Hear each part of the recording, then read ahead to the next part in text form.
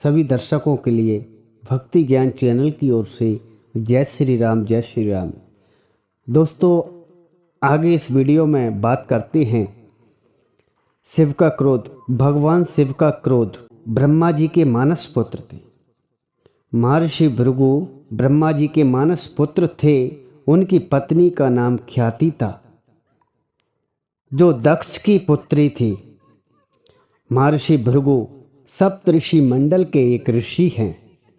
श्रावण और भादों पद्र के वे भगवान सूर्य के रथ पर सवार रहते हैं।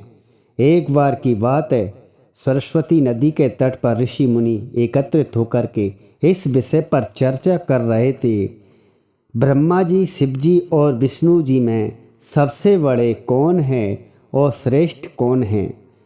इसका कोई निष्कर्ष ना निकला तो यह देख उन्होंने त्रिदेवों की परीक्षा लेने का निश्चय किया और ब्रह्मा जी के मानस पुत्र महर्षि भृगु को इस कार्य के लिए नियुक्त किया।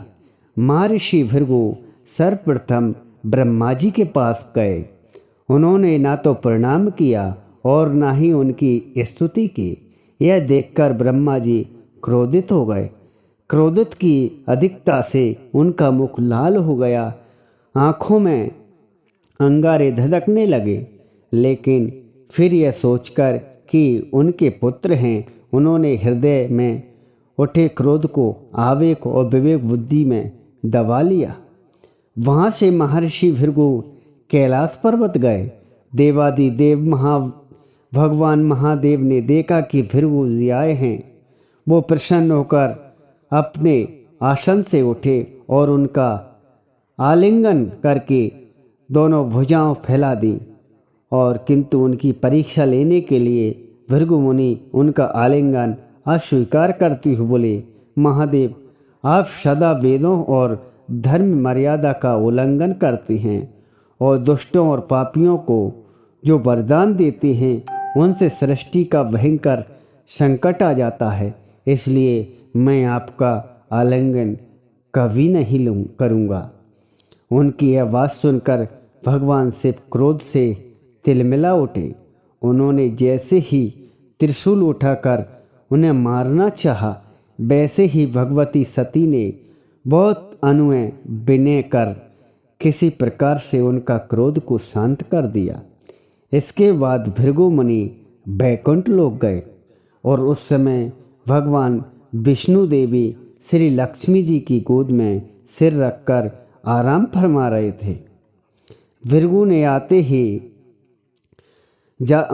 जी जाते ही उनके वक्ष पर एक तेज लात मारी।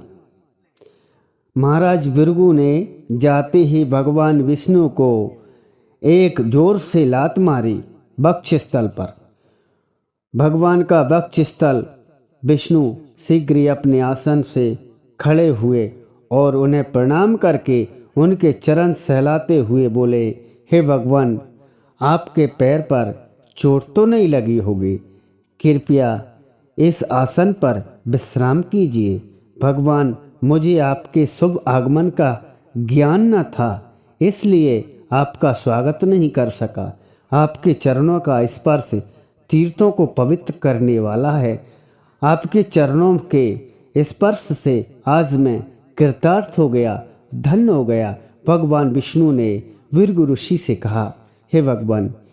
भगवान विष्णु का यह प्रेम व्यवहार देख कर के महाराज भृगु जी की आंखों से आंसू बहने लगे।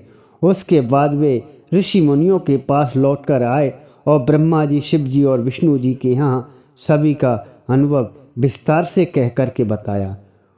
और उनके अनुभव सुनकर के सभी ऋषि मुनि बड़े हैरान हुए और उन्होंने सभी संदेह दूर हो गए।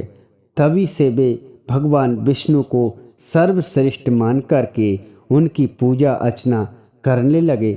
वास्तव में उन ऋषियों और मुनियों में के लिए नहीं, बल्कि मनुष्यों के संदेह को मिटाने के लिए ऐसी लीला भगवान ने रची थी।